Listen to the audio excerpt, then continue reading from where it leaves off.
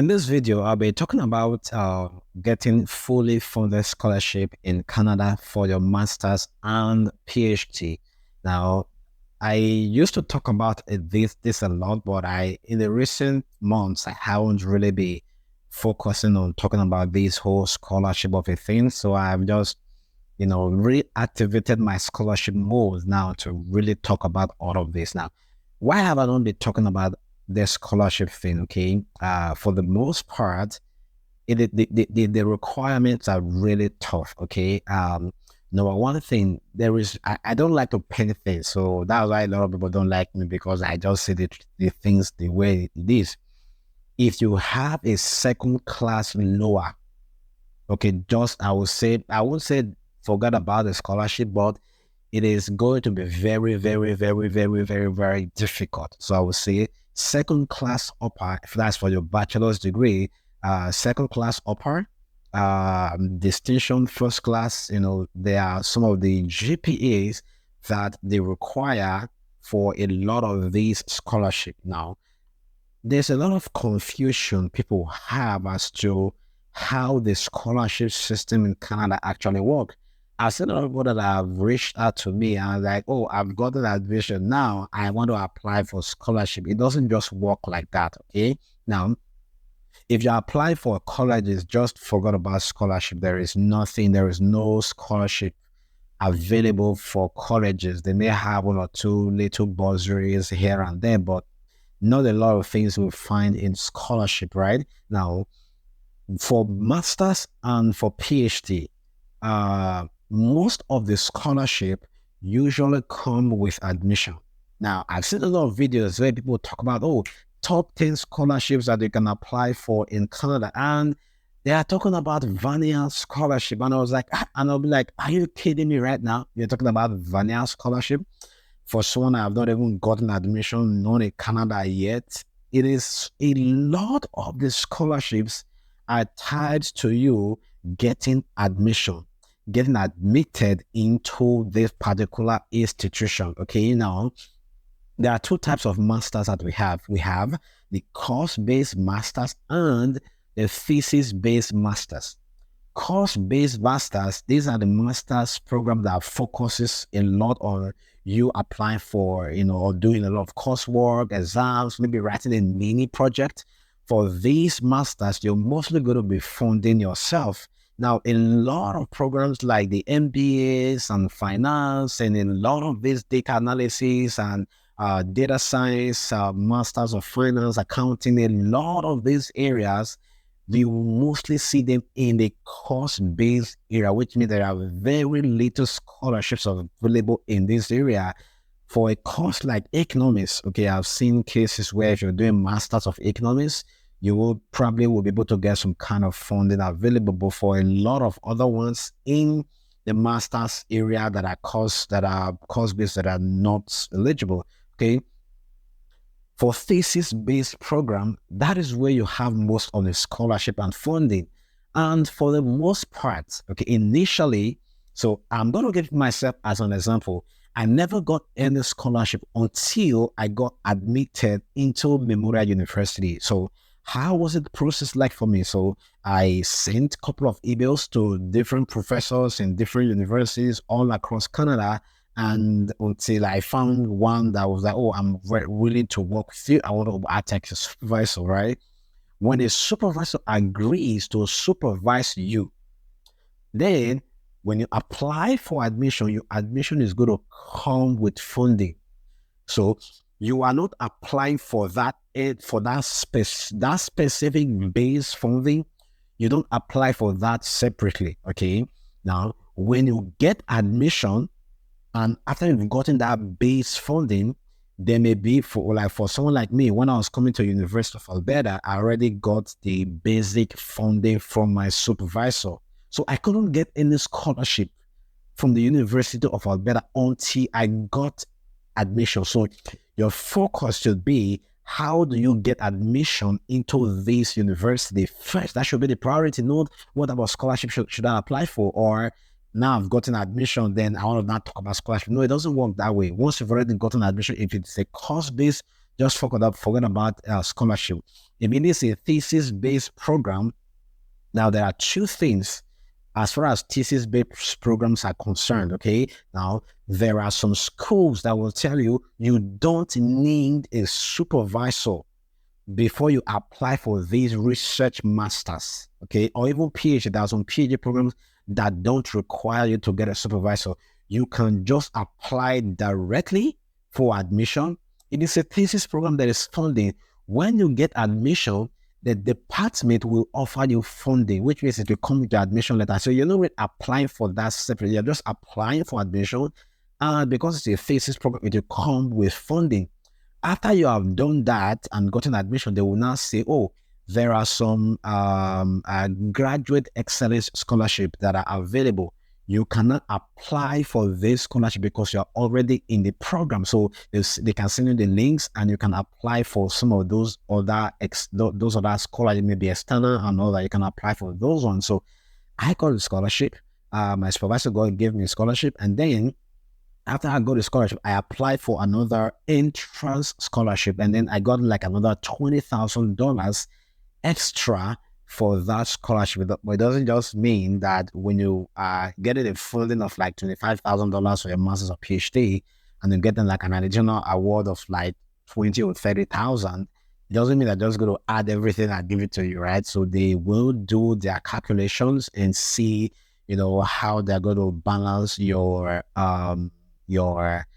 stipend, because when you get the get scholarship, external scholarship, it actually helps the supervisors as well, because they're going to save the amount of money that they are supposed to be paying you. So the focus always have to be, how do I get admission? And when you go to a particular school's website, just check the admissions requirement. They may say you need to contact a supervisor before you apply for this course. So we say you don't need to get a supervisor before you apply for this course. In that case, if you don't require a supervisor, I would say be very careful, because if you don't require a supervisor now, it's going to be much more competitive, because everybody is applying. So you're competing against hundreds of people in that. So your SOP has to be top notch. Now, this is where your high, second class, upper, your first class, and all of these other things will not come in. Okay. Now, when you're required to get a supervisor, if you reach out to a supervisor, send different emails, and when you see one that responds, what do? In that case, you now have to, when you apply for admission, you're not really competing with every other person. You're just making sure the school wants to confirm that you meet the minimum requirement to get admitted into that college. That there are sometimes a supervisor may accept you. If you still don't meet the minimum requirement, you will not get admission from the school. Okay. When you do all of this, you get a scholarship, and when you come, they will start paying either bi-weekly or monthly, as the case may be. And sometimes the tuition will be deducted from the stipend they're going to give to you, and then they give you the other balance, right? So there are some scholarships you have, they pay you everything. It's the responsibility to clear your tuition by yourself. But you may be asking, how do I get to reach supervisors? How do I contact them? And I've done a lot of videos on that. And if you really need help from me, okay, searching for these supervisors, sending them email, I know you have to really send a very top-notch email, the best possible, because you're competing against hundreds of other emails that the professor is receiving from students from all over the world. So it has to be top-notch. So if you're interested, I can work with you. Okay, so there's going to be a link in the description. Check it out, and there's going to be one-on-one consultation. I'm going to do in this video is just to give you a hint, okay, as to how you can get to search for supervisors in different universities, different programs and all that, and how to just a little bit of a hint, okay.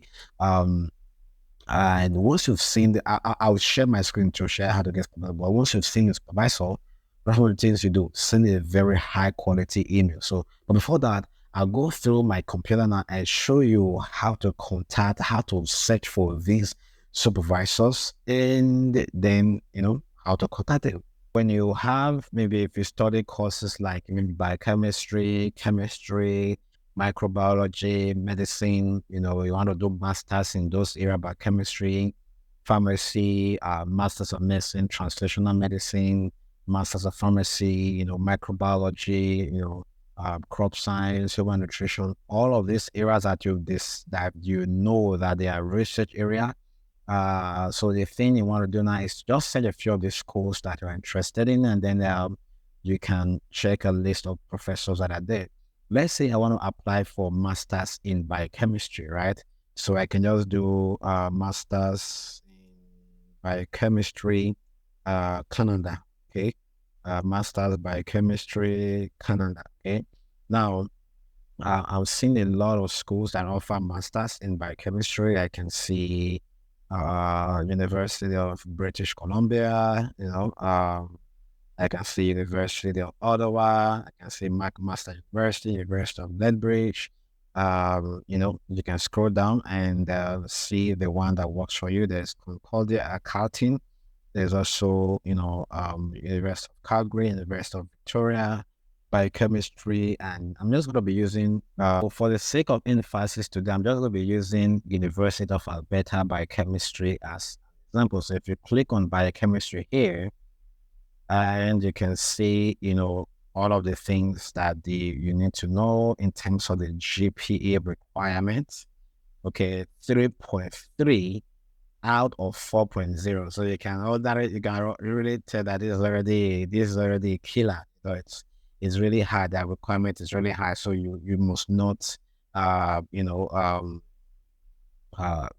check University of Alberta. If you meet the requirement, fine. But if not, you can always reach out to, or you can always check other schools, right? They're seeing some of the requirements. So one of the things now ask yourself, how do I get to, and you can say that program is only thesis based with me. So you have to contact potential supervisors before you apply, because you can see if you scroll all the way down, all applicants require a supervisor. Okay, you have to, talk about, have contacted a supervisor. There's a tentative agreement, and before you now apply, right? So you can see here that you see that all applicants actually require a supervisor, right? So if you want to learn more, you have to go and click here, click this department, and then click here. And then you just learn a lot of things about the admission requirement, 4 years BSc. So that's really, if you have like a HND and all that, it's probably difficult to get into a master's program. 3.3 out of 4.0.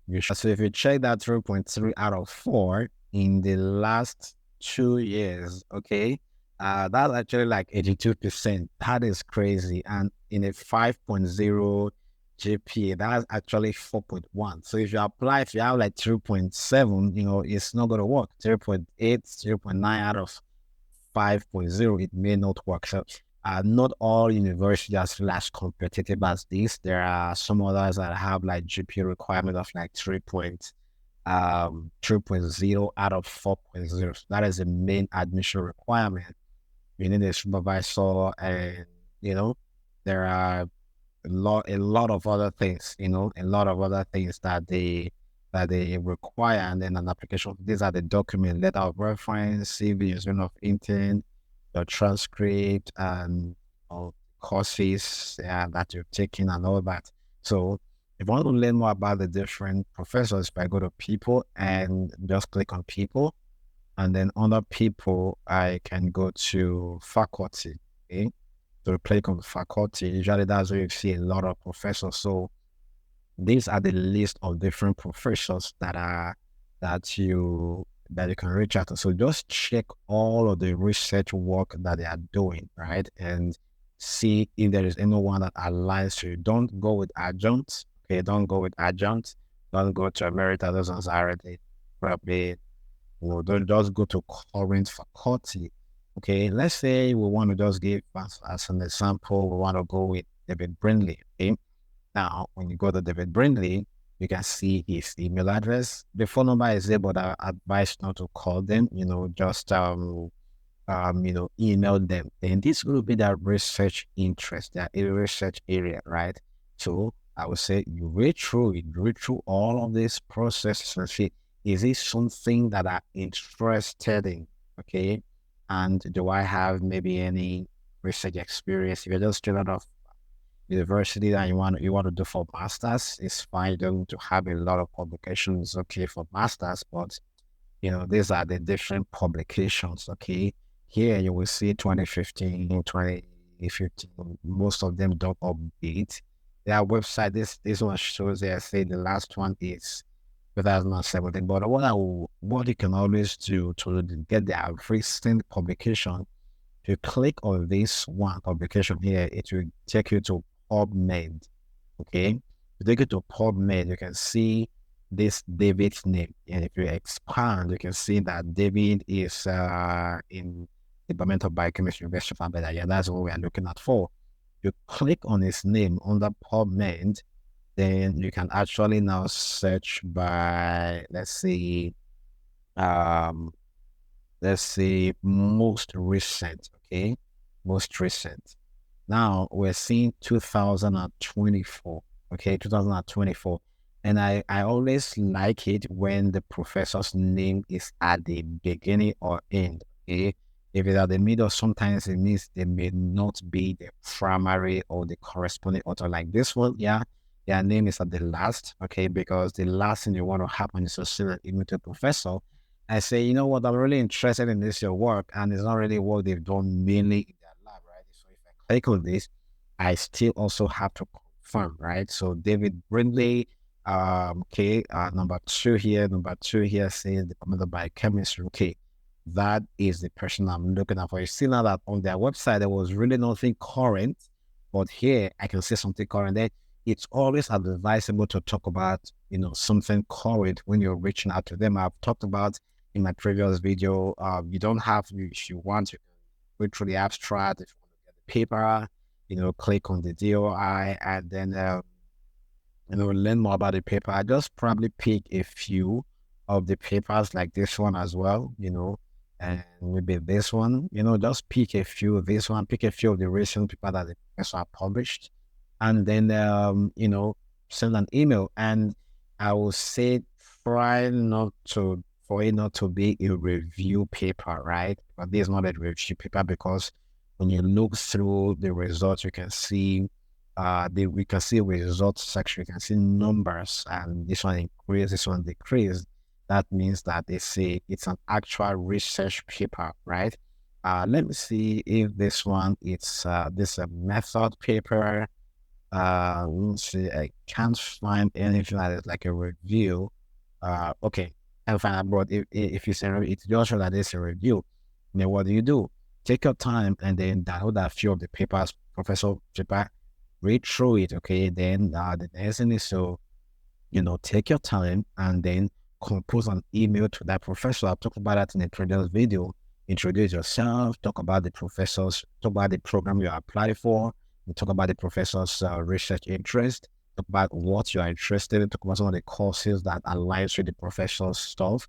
And then, looking forward to having a conversation, and then attach your CV, your transcript, and then that should be it. And send a lot of emails to different supervisors in different schools. Don't just limit yourself to a few supervisors because you may send like a few emails and they don't respond. So try to aim to send a lot of emails because these professors receive a ton of email and they may not look at this. They may not look at the email with them. Finalize all our scholarship. That's when you even have to start applying for admission. Now the scholarship actually thing now starts. Okay, so the whole idea is to get a supervisor.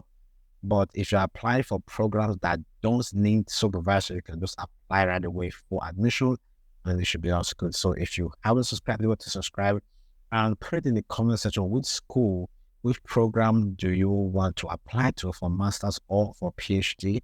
And let me know in the comment section. And then there may be a few other people that are interested in the same school as well. And then both of you can just connect and keep it up from there. I will try to respond to as many questions as possible on these issues on this topic. So that's gonna be it for me for this video. Once again, check out my website for one-on-one mentorship. I also have a group mentorship that you can check out every Saturday. And yeah, definitely that's gonna be amazing. So thank you so much for watching this video. I'll see you in this video. Cheers. Bye. Subscribe. Bye.